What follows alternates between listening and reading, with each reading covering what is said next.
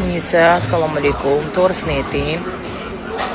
Sizni eringiz shunchaki-ku tipa podelka. Просто yoningizda olib yuribsiz. Atak haqiqiy emas. Shunaqa gaplar yozibdi. Lekin bittasi yozibdi. Men ko'rdim bugun sizlarni aeroportda birga uchib keldik Toshkentdan Dubayga.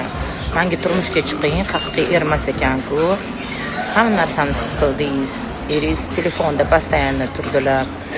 Telefonga qarab, sizga yordam bermadilar deb yozibdi. Birinchidan bizda servis bor edi, marhaba.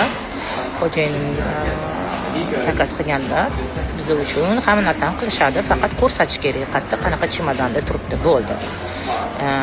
Odamni o'zi oladi hamma narsalarni, bizani olib boradi mashinagacha.